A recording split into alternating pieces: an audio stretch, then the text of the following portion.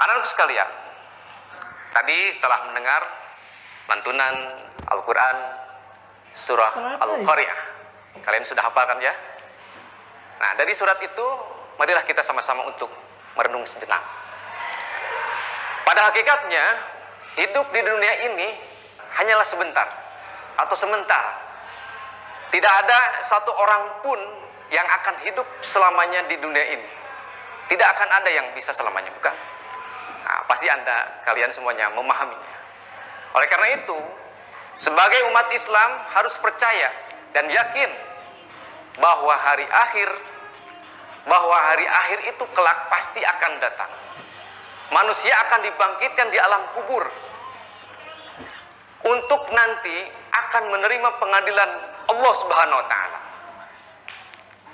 Jadi, iman kepada hari akhir itu adalah meyakini dengan sepenuh hati bahwa seluruh alam semesta termasuk dunia beserta isinya akan mengalami kehancuran, di mana pada hari tersebut akan hancur seluruh alam semesta beserta isinya, diawali dengan ditiupnya sangkakala oleh malaikat Israfil dan dilanjutkan dengan kehidupan baru, yakni kehidupan akhirat. Artinya kehidupan dunia adalah kehidupan sementara, kehidupan abadi adalah kehidupan akhirat. Anak-anakku sekalian, supaya kita menjadi yakin, apa sih alasannya kita harus beriman kepada hari akhir? Dalam Al-Quran yang menjadikan dalil bagi kita, alasan ataupun argumentasi buat kita, yakni surah Al-Hajj ayat 7. A'udzu billahi minasyaitonir rajim. Wa anna as-sa'ata atiyatun la raiba fiha wa anna Allaha yab'atsu man fil kubur. Dan sesungguhnya hari kiamat itu kelak pasti akan datang. La raiba fiha, tidak ada keraguan di dalam kejadian itu. Dan sesungguhnya Allah, wa anna Allaha yab'atsu man fil kubur, Allah kelak nanti akan membangkitkan manusia yang sudah mati di alam kubur. Anak-anak sekalian, ayat lain pun juga memberikan penegasan. Di antaranya yang menjadikan alasan bahwa kiamat itu akan terjadi. Kata Allah Subhanahu wa taala dalam surah Al-Muzammil ayat 18. A'udzu billahi minasyaitonir rajim. As-samaa'u munfatirum bih. Langit nanti akan terbelah pada hari itu. Kana wa'duhu maf'ula. Dan hari itu janji Allah pasti akan terwujud, pasti akan terlaksana. Itulah diantara dalil yang diambil dari ayat Al-Quran, firman Allah Subhanahu wa taala.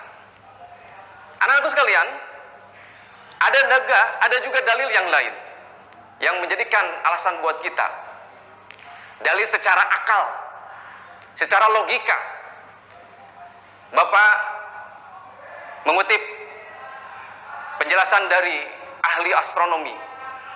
Bumi dan planet-planet lainnya berputar mengelilingi matahari secara teratur dan begitu sempurna. Nah, masing-masing planet mempunyai daya tarik menarik sehingga beredar, tarik-menarik sehingga beredar dalam bergerak yang seimbang. Akan tetapi, namun daya tarik-menarik ini semakin lama akan semakin berkurang, bahkan hilang sama sekali. Akhirnya planet tersebut akan bertabrakan. Kalau sudah bertabrakan pasti hancur. Anak-anakku sekalian yang dirahmati oleh Allah Subhanahu wa taala, itulah yang menjadikan alasan di antaranya yang mesti menjadi pegangan kita ini, harus yakin kepada Allah Subhanahu wa taala tentang hari akhir. Anak-anakku sekalian yang dirahmati Allah, tahukah kalian ada beberapa macamkah kiamat itu? Nah, Bapak ingin mengingatkan kembali dan menegaskan, para ulama mengelompokkan kiamat itu ada dua macam. Pertama, kiamat sugro, yakni kiamat kecil, yaitu terjadinya kematian yang menimpa sebagian umat manusia. Misalnya, seorang kena sakit kemudian mati karena sakit, atau juga mati karena kecelakaan, mati karena musibah, seperti misalnya ada musibah tsunami, banjir, tanah longsor dan sebagainya, itu adalah tanda daripada kiamat kecil. Sebagaimana firman Allah Subhanahu wa taala dalam surah Al-Baqarah, "Walanabluwannakum bisyai'im minal khaufi wal ju'i wa naqsim minal amwali." Sungguh kami menguji kepada kamu berupa kekurangan harta, jiwa, buah-buahan. Maka Allah Subhanahu wa taala menguji kepada kalian semuanya. Dalam surah Al-Baqarah tersebut dicantumkan demikian. Sedangkan kiamat kubro, yaitu kiamat berakhirnya seluruh kehidupan makhluk secara serempak bersamaan dengan hancurnya seluruh alam semesta. Kejadian mengenai hari kiamat ini digambarkan oleh Allah Subhanahu wa taala dalam surah Al-Qari'ah ayat 4 dan 5. Allah Subhanahu wa taala berfirman, "A'udzu billahi minasyaitonir rajim. Yauma yakunun nasu kal farashil mabthuts." Pada hari itu manusia bagaikan seperti laron yang berterbangan.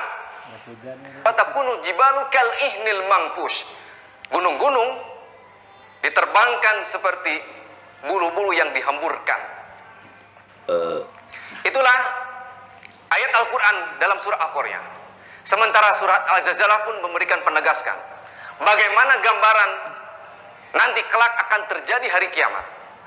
Idza zulzilatil ardu zilzalaha. Apabila bumi digoncangkan dengan begitu dahsyatnya. Wa akhrajatil ardu athqalaha. Dan bumi mengeluarkan isi di dalamnya apa yang dikandung yang berat oleh bumi tersebut.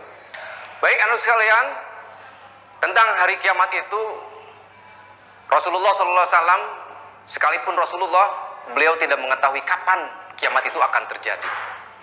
Sampai ketika Rasulullah dalam satu riwayat ditanya, kapan kiamat itu terjadi? Tetapi Rasulullah menjawab, yang bertanya lebih tahu daripada yang ditanya. Rasulullah tidak tahu perkara tentang kiamat ini. Akan tetapi Rasulullah memberikan gambaran tentang tanda-tanda kiamat itu akan terjadi. Para ulama memberikan penjelasan sehingga ada penjelasan tentang tanda-tanda kiamat itu. Ada tanda-tanda kiamat yang kecil dan ada tanda-tanda kiamat yang besar. Adapun tanda-tanda datangnya kiamat, hari kiamat, tanda-tanda yang kecil itu satu. Biar kita lebih mengetahui dan lebih meyakinkan, satu diantaranya segala urusan dipegang oleh bukan ahlinya. Yang kedua, kata ulama, Baitul Maqdis dikuasai oleh umat Islam. Ketiga, banyak terjadi pembunuhan. Nah, sekarang kita saksikan nyawa manusia itu begitu murah sekali. Sepertinya bagaikan sesuatu yang tidak ada harganya di hadapan yang lainnya. Berarti ini salah satu bentuk daripada tanda-tanda kiamat. Keempat, banyak terjadinya fitnah. Artinya sesuatu yang menjadikan huru hara buat kita. Fitnah yang memang terjadi bagi kita semuanya di kehidupan ini. Kelima, merebaknya perzinahan. Keenam, banyak perempuan yang menyerupai laki-laki atau sebaliknya, laki-laki menyerupai perempuan. Itu diantara tanda-tanda kiamat yang kecil. Adapun tanda-tanda kiamat yang besar, nah ini belum terlihat oleh kita. Tapi kata Rasulullah SAW dan ulama pun memberikan penjelasan bagi kita. Satu, disebutkanlah terbitnya matahari, yang biasanya terbit matahari itu di arah timur, maka nanti kelak sebelum hancurnya alam semesta ini, terbit matahari akan terbit di sebelah barat. Kedua, akan muncul binatang yang dapat berbicara dengan manusia. Nah, sekarang belum ada. Bukan burung beo. Burung beo bisa dilatih. Tetapi adalah binatang yang merayap, bisa berbicara dan menjawab pertanyaan manusia. Yang ketiga, datangnya Al-Mahdi. Nah, ini pun juga masih belum muncul. Yang keempat, munculnya Dajjal. Perkara tentang munculnya Dajjal, ini memang pembahasannya sangat mendalam sekali dan para ulama pun memberikan penjelasan-penjelasan. Kan tetapi Bapak di sini menekankan bahwa munculnya Dajjal termasuk di antara tanda-tanda kiamat besar. Kelima, turunnya Nabi Isa alaihissalam. Nah, Nabi Isa akan turun ke dunia ini. Dan yang keenam adalah munculnya Ya'juj dan Ma'juj. Dahulu zaman Nabi Zulkarnain muncul Ya'juj dan Ma'juj, menghancurkan orang lain, menghancurkan kaum yang lain yang tertindas. Nanti kelak sebelum hancurnya alam semesta, Ya'juj dan Ma'juj akan muncul kembali.